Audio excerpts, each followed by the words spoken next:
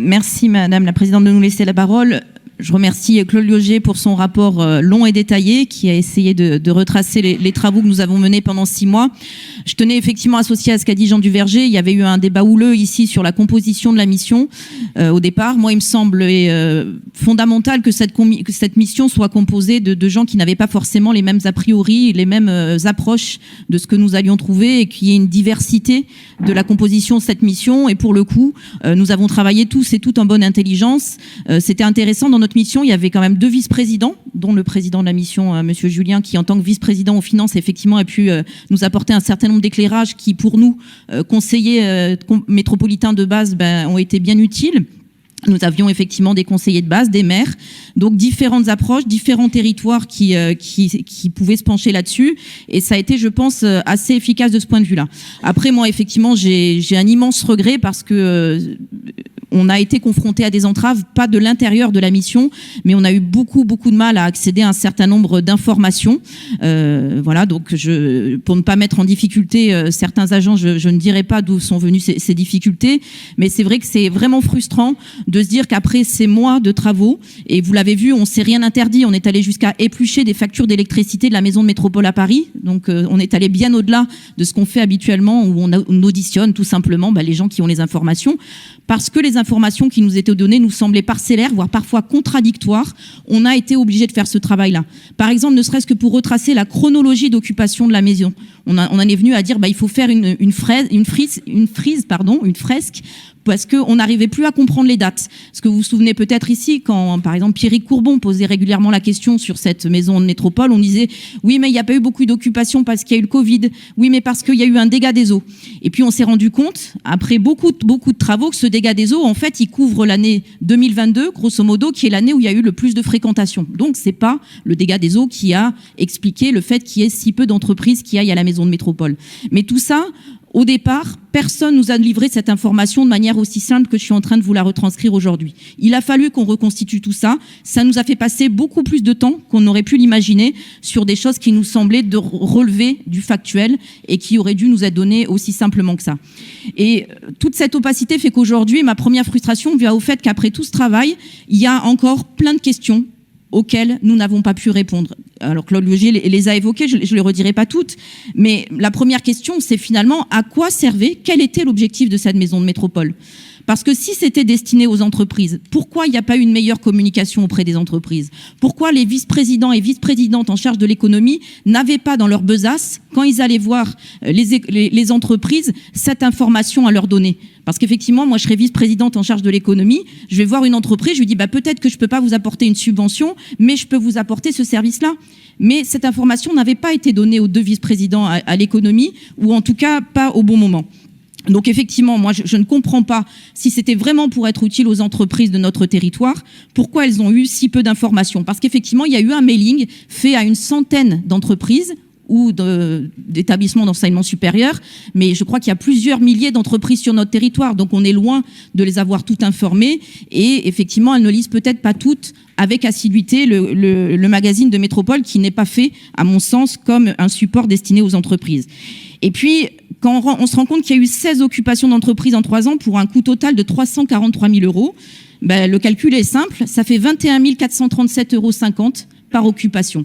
Est-ce qu'on n'aurait pas été plus rentrer dans les deniers, une meilleure gestion des deniers publics en proposant de louer directement des locaux à Paris pour les entreprises qui nous le demandaient ?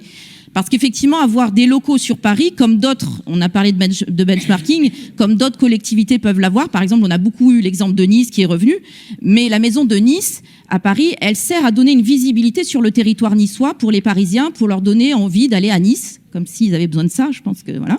Mais voilà, pour effectivement faire une vitrine de la ville de Nice à Paris.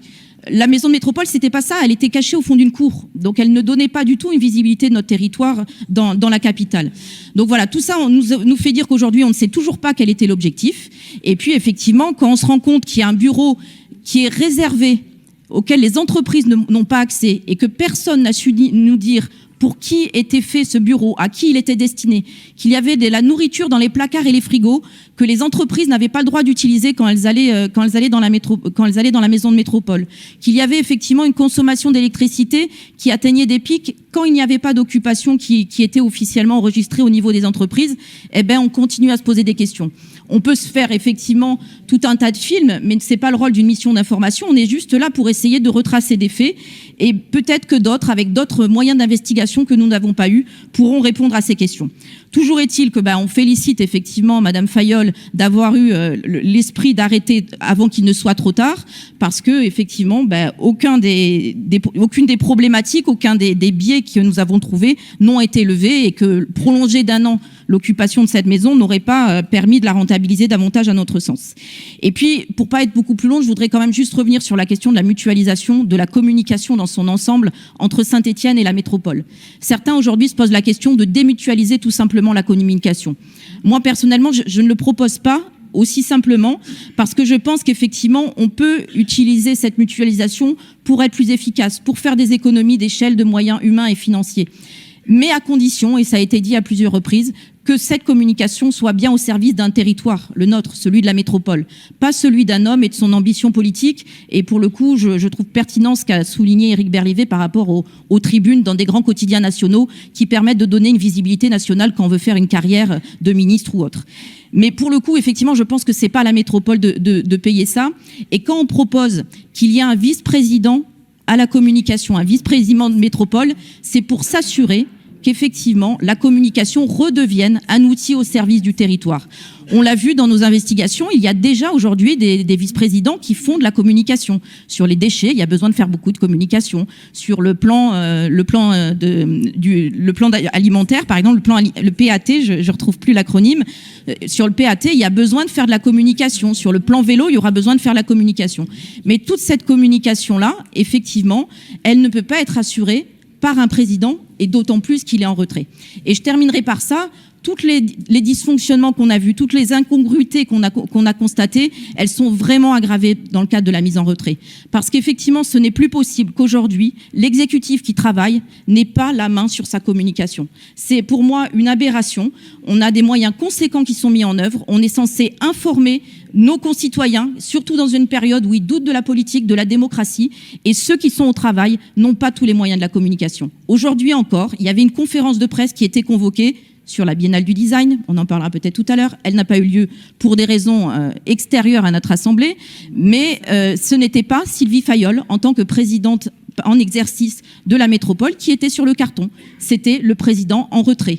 Voilà. Et pourtant, il n'est pas là aujourd'hui pour venir nous parler de la Biennale du Design. Il n'est pas là aujourd'hui pour répondre sur les préconisations que nous faisons, pour savoir s'il est d'accord pour mettre en place, parce que c'est encore lui qui a un certain nombre de leviers, comme l'a dit tout à l'heure Madame Fayolle. Elle n'a pas toutes les manettes. Les manettes sont aujourd'hui à l'hôtel de ville de Saint-Étienne, et c'est une vraie problématique. Donc, on l'a vu, bien sûr, c'est pas propre à la communication. Il y a plein d'autres endroits où cette mise en retrait factice pose des difficultés, mais on l'a constaté à quasiment toutes les étapes de nos investigations. Cette mise en retrait, qui n'en est pas une, pose problème.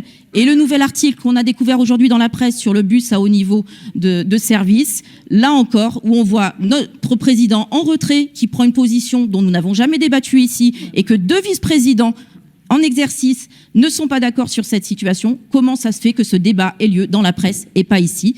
Encore une fois, c'est une question où nous n'aurons pas de réponse aujourd'hui.